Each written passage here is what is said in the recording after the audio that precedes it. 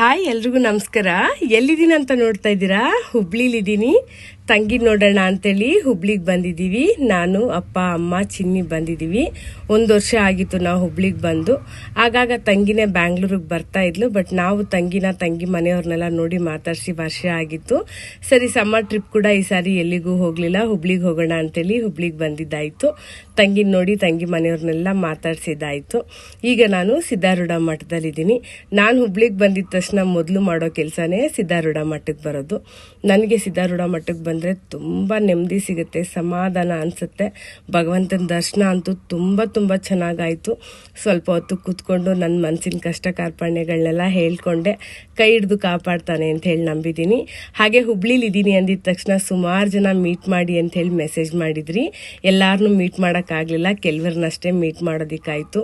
ಹುಡ್ಕೊಂಡು ಬಂದು ಮಾತಾಡಿಸ್ತಿದ್ದೀರಾ, ತುಂಬ ಖುಷಿ ಆಗ್ತಿದೆ. ನಾನು